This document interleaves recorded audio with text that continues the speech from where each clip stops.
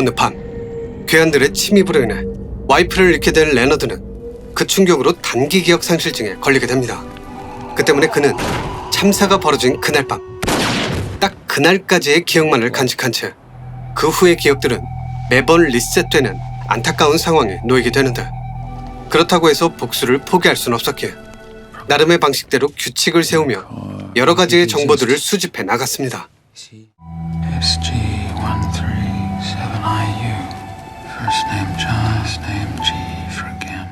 그리고 그 정보를 바탕으로 끈질기게 살인마의 뒤를 추격하던 레너드는 결국 용의자를 찾아내는 데 성공했고, 이날만을 꿈꿔왔던 그였기에 그는 일말의 망설임도 없이 와이프의 복수를 감행하려 했지만 사건이 예상치 못했던 방향으로 흘러가며 감당 불가능할 정도의 큰 혼란 속으로 빠지게 됩니다.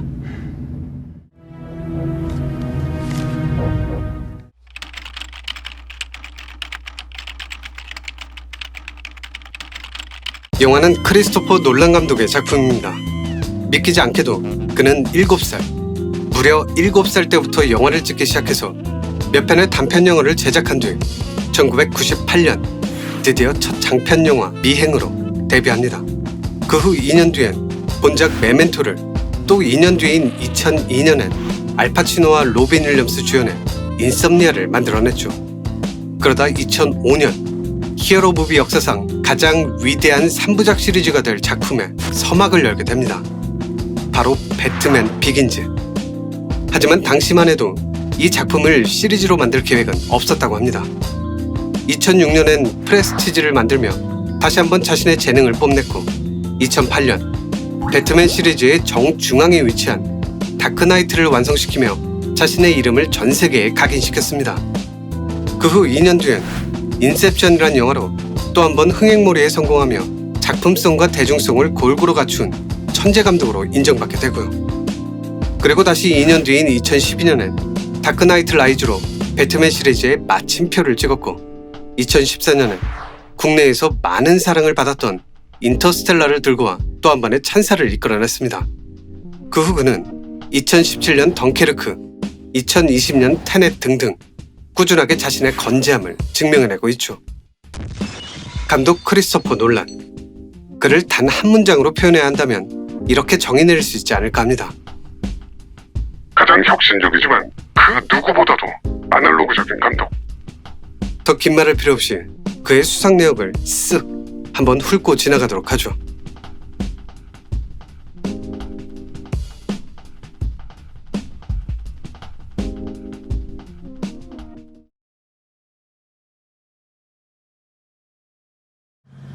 감독은 오프닝부터 이 영화가 어떤 식으로 진행될 거라는 걸 단 2장면으로 알려주고 있었습니다.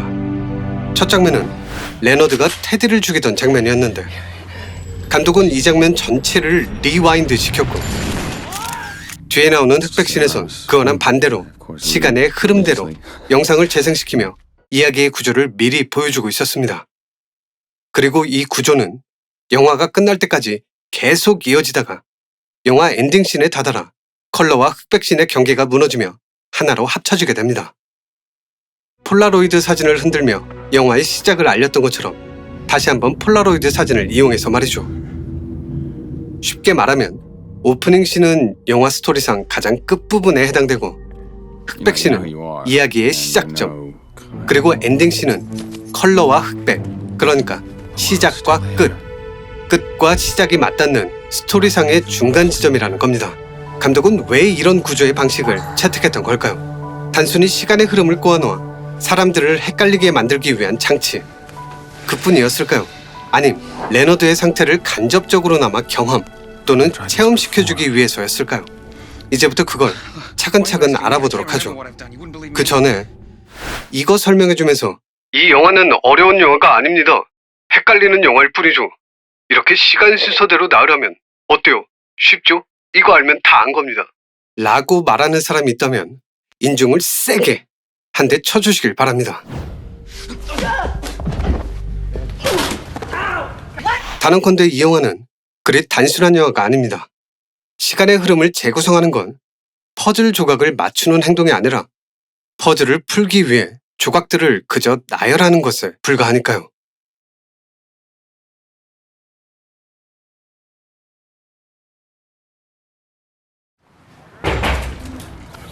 Lenny! Yo, Lenny! Hey, Lenny, how you doing? 테디가 레너드의 주위를 계속 맴돌았던 건 그를 이용하기 위해서였는데 사실 처음부터 그럴 생각은 아니었습니다. 테디는 분명 사건을 수사하며 살인마 존지를 찾아내는 데 성공했고 레너드의 복수를 도와주기까지 했으니까요. 하지만 이내 진실과 마주하게 되고 그 후 노선을 갈아타는데 그건 레너드가 했던 말 중 거짓이 섞여 있었기 때문입니다. Conditioning didn't work for Sammy, so he became helpless. But it works for me. 세미가 와이프에게 했던 일들, 그러니까 당뇨병 환자인 아내에게 인슐린 주사를 계속 놔주다가 죽음에 이르게 했던 일들은 It was your wife who had diabetes. 세미가 아닌 레너드 본인의 이야기였고 그건 곧 레너드가 자신의 기억을 취사 선택했다는 걸 의미했습니다. 참고로 취사 선택은 취할 것인지 버릴 것인지 선택하는 걸 뜻합니다. 암튼 이게 왜 중요하냐면 레너드의 복수가 절대로 멈추지 않을 거라는 걸 뜻하기 때문이죠. John G. What are you gonna do? I'm gonna kill him.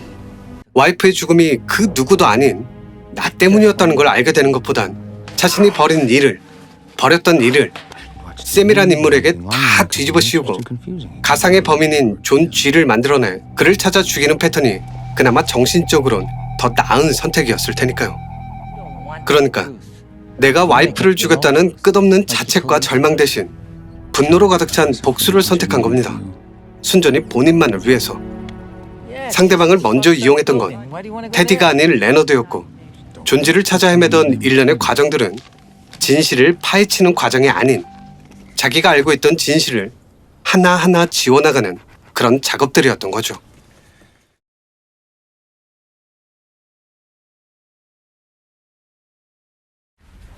I'm disciplined and organized.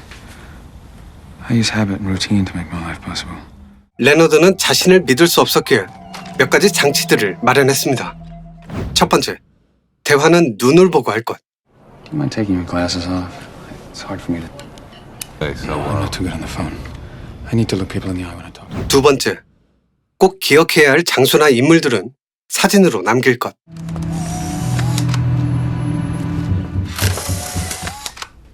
세 번째, 내가 직접 쓴 메모만을 믿을 것. Then why is this my handwriting? 네 번째, 가장 중요한 힌트들은 몸에 새길 것. Piece of information which is vital, writing on your body instead of on a piece of paper can be the answer. 레너드는 이 네 가지 원칙을 철저하게 지켰고 매 순간 이 원칙에 기대서 사건의 실마리를 풀어나갔습니다. 그 결과 그는 진실을 밝혀내는 데는 성공했지만 앞서 말했던 대로 그 진실을 감당할 수 없었기에 자기가 그토록 믿고 따르던 그 원칙에 손을 대기 시작했습니다. You don't want the truth. You make up your own truth, like your police file. 가장 대표적인 장면이 바로 이 장면이죠. 범인에 대한 자료들이 부분 지워져 있던 이 장면. 이건 경찰이 수사를 방해해서가 아닌 레너드 자신이 벌인 일이었습니다. It was complete when I gave it to you. Who took out the 12 pages? You, probably. No, it wasn't me. See, it was you. 하지만 그럼에도 그는 애꿎은 지미를 죽인 뒤 마주하고 싶지 않았던 진실을 또다시 되새기게 되고 테디가 날 이용해 먹는다는 합리화로 무장한 채 그의 사진 뒤편에 메모를 적어 넣었습니다. 그의 거짓말을 믿지 마라. 그의 거짓말을 믿지 마라. 이 메모는 지워진 수사 기록과 일맥상통합니다. 아무리 기억을 계속 지운다 한들 테디와 함께 한다면 와이프를 죽게 만든 게 나였다는 걸 매번 감당해야 했을 테니까요. 그러니까 테디의 사진에 메모를 적어 넣었던 건 더 이상 그와 함께하지 않겠다는 레너드의 의지 그 자체였고 그 의지에 대한 결과물이 바로 이 장면이었던 겁니다.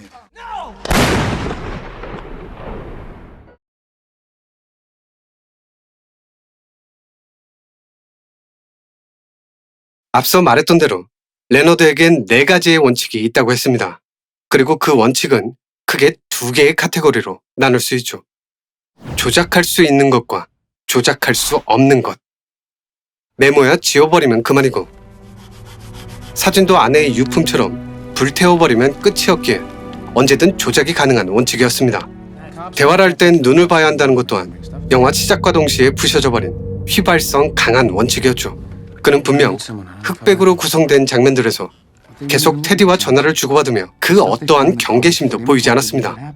단 한 번의 눈 맞춤도 없이.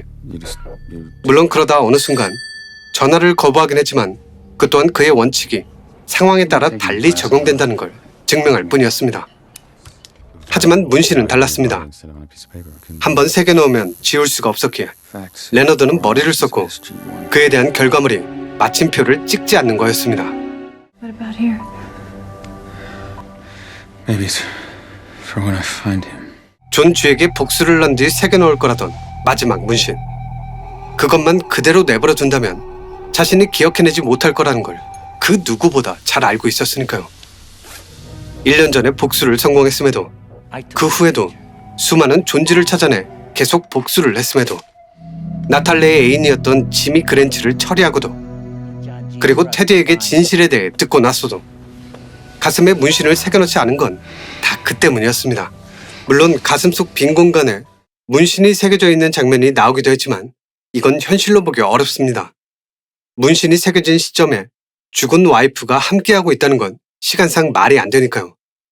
그러니까 이건 문신을 새기고 지운 게 아니라 애초부터 없었던 겁니다. 레너드의 머릿속에서만 존재하고 있는 문신인 거죠.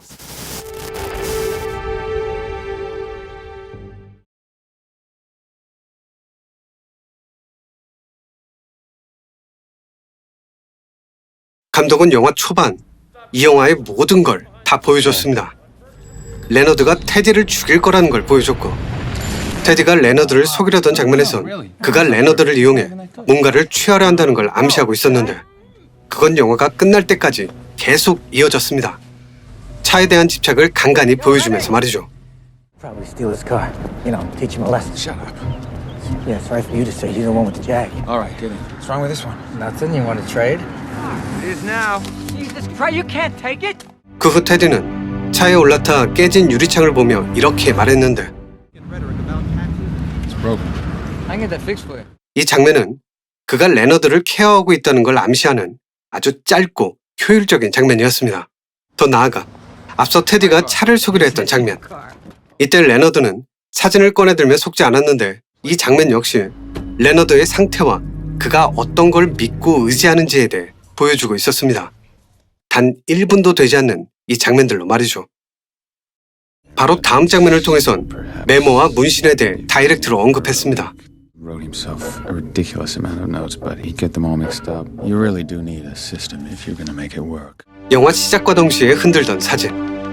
그 사진엔 테디의 죽음이 담겨 있었는데 감독은 이 장면을 거꾸로 재생시키며 그의 죽음을 지워버렸습니다.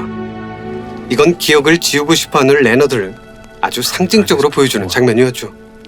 여기서 재밌는 건 영화 후반부에도 비슷한 장면이 나온다는 겁니다. 하지만 이때는 오프닝과는 달리 사진이 정상적으로 인화되는데 이건 단순히 흑백신과 컬러신의 연결고리, 시간의 흐름, 뭐 이런 것만 의미하는 게 아니라 이 또한 자기가 기억하고 싶은 것만 남기는 레너드의 특성, 그걸 상징적으로 보여주는 장치였습니다.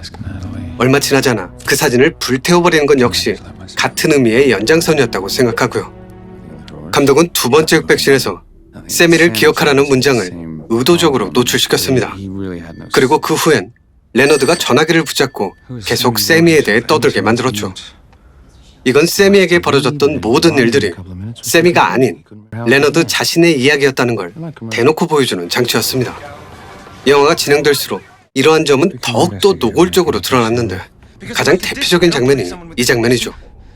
세미가 레너드로 순식간에 바뀌던 바로 이 장면. 다시 한번 볼까요?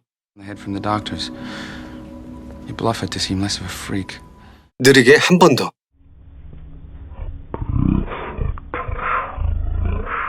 심지어 이 장면에 나오던 레너드의 대사는 다음과 같았습니다. 세미의 눈을 볼 때마다 날 알아본다고 생각했지만 이제는 이해해요. 알만한 사람 같으면 알아보는 척했던 거죠. 바보 취급당하기 싫어서요. 이건 레너드가 세미의 심정을 이해하는 게 아니라 고백이었던 겁니다. 그리고 흑백신에서 가장 처음 나오던 이 장면은 세미의 모습으로 다시 한번 재현됩니다. 영화 중반부 옛 기억을 스쳐 지나가며 나오던 이 장면. 이 장면 또한 레너드의 상태를 보여주는 상징적인 장면이었다고 생각합니다. 바닥에 떨어진 유리병과 침대에 널브러져 있는 레너드. 산산조각난 파란색 파편들과 기억의 파편들이 조각조각 나 있는 레너드. 이러한 상징은 그의 방 안에서도 찾아볼 수 있습니다. 파란색 벽지로 감싸져 있던 그의 방은 침대 또한 파란색이었고 그 위에 널브러져 있던 이불도 파란색, 쓰레기통도 파란색, 수건도 파란색, 쉐이빙 폼도 파란색, 전등의 몸통도 파란색, 심지어 모텔의 문과 난간 역시 파란색, 레너드가 입고 있던 셔츠 또한 파란색이었고요. 이 모든 건 그의 기억들이 조각난 채로 사방에 흩뿌려져 있다는 걸 의미했고, 더 나아가 레너드가 모르던 방이 하나 더 있었다는 설정은 그와 관련된 진실이 하나 더 숨어 있었다는 걸 의미하는 장치였다고 생각합니다. 도드의 숙소로 쳐들어갈 때 레너드는 한 가지 실수를 했습니다. 숫자가 뒤집혀 있다는 걸 인지하지 못한 채 엄한 사람들을 잡을 뻔했는데, 이건 그의 판단력이 완벽하지 않다는 걸 보여줌과 동시에 다음 챕터에서 말할 이 영화의 진짜 주제와 이어져 있습니다. 다르지만 같아 보이는 6호실과 9호실의 설정으로.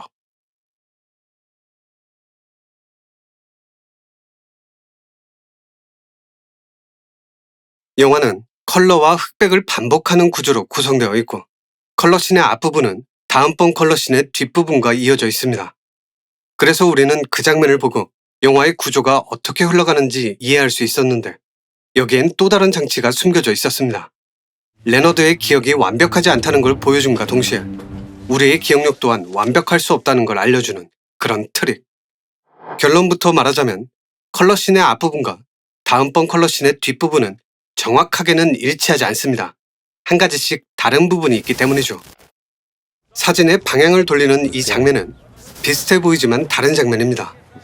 돈이 놓여있는 모양도 다르고 손의 모양도 다르죠. This guy.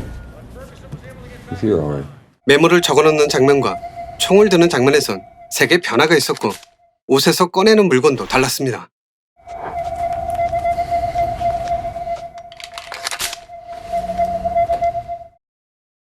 손 씻는 장면 또한 컬러의 톤이 다르고 손 씻기 전 행동 또한 달랐습니다.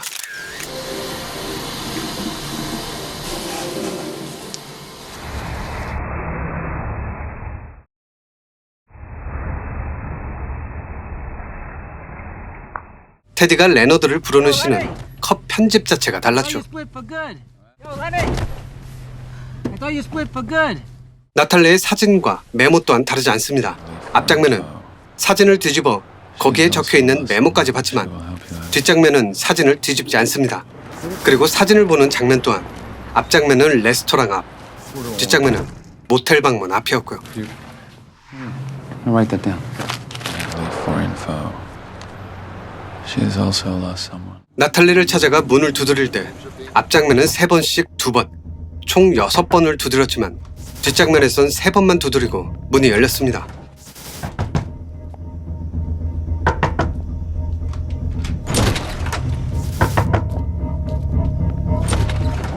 와인병을 들고 있던 레너드의 행동 또한 앞장면과 뒷장면이 다릅니다.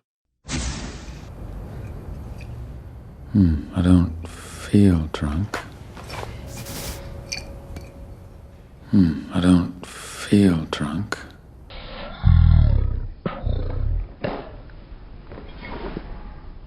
그리고 이러한 패턴은 영화가 끝날 때까지 쭉 이어집니다. 전 여기에 감독이 말하고 싶은 모든 게 담겨져 있다고 생각합니다. 인간의 기억이라는 게, 그리고 그 기억에 대한 확신이라는 게 얼마나 부정확한지에 대해서 말이죠. You know, I can remember so much.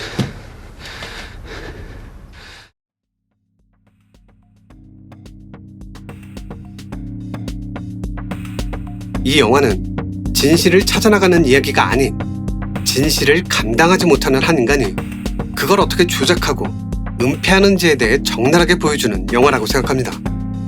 영화 속에 나열되어 있던 수많은 장치들, 그 장치들의 존재 이유가 바로 거기에 있다고 생각하고요. 그리고 그건 우리도 크게 다르지 않습니다. 내가 잘못한 일에 대해 다 인정하고 받아들이기보단 할 수만 있다면 일단은 회피하고 감추려 하고 외면하려 하는 경우가 많으니까요. 그리고 단기 기억 상실증에 걸린 레너드처럼 우린 그 기억들을 왜곡한 채 상대방의 기억은 부정하며 오직 나만이 맞다고 소리쳐 외치기도 합니다. 영화 속에서 한 번씩 반복됐던 그 장면들이 완벽하게 일치된다는 착각을 했던 것처럼 말이죠. 간혹 내가 틀렸다는 걸 스스로 인지하게 되는 경우도 있는데 그때도 우린 레너드처럼 쉽게 인정하지 않습니다. 그 어떤 이유라도 끌어다 붙여 합리화를 하려 하니까요. 더 나아가 테디와 나탈리 그리고 프런트 직원이었던 버트처럼 이유야 어찌됐건 상대방이 잘 기억하지 못한다는 걸 알게 된 후 내가 유리한 대로 대화를 이끌며 심지어는 그 상황 자체를 이용해 먹기까지 하는데 이 또한 우리 주변에서 흔하게 찾아볼 수 있는 패턴들입니다. 내가 기억하지 못하는 건 상대방이 그리고 상대가 기억하지 못하는 건 내가 서로 말이죠. 어쩌면 나와 상대방 모두 각자가 왜곡시킨 기억들을 사실로 믿고 있을지도 모르고요. 당신은 어떤 종류의 기억들을 진실 너머에 묻어두고 있나요? 기억이 나지 않는다고요? 그렇다면 당신 또한 레너드처럼 진실을 가슴에 새겨넣은 뒤 무의식 저편에 있는 또 다른 나에게 모든 걸 떠넘기고 그랬다는 사실조차 잊은 채 오늘을 살아가고 있는 중일지도 모르겠습니다. 하지만 눈에 보이지 않는다고 해서 기억이 나지 않는다고 해서 그 진실이 사라질 거란 생각은 접어두시기 바랍니다. 언젠가는 무의식 저편에 있는 내가 나를 찾아올 테니까요. Is it still out there? 영화 메멘토였습니다.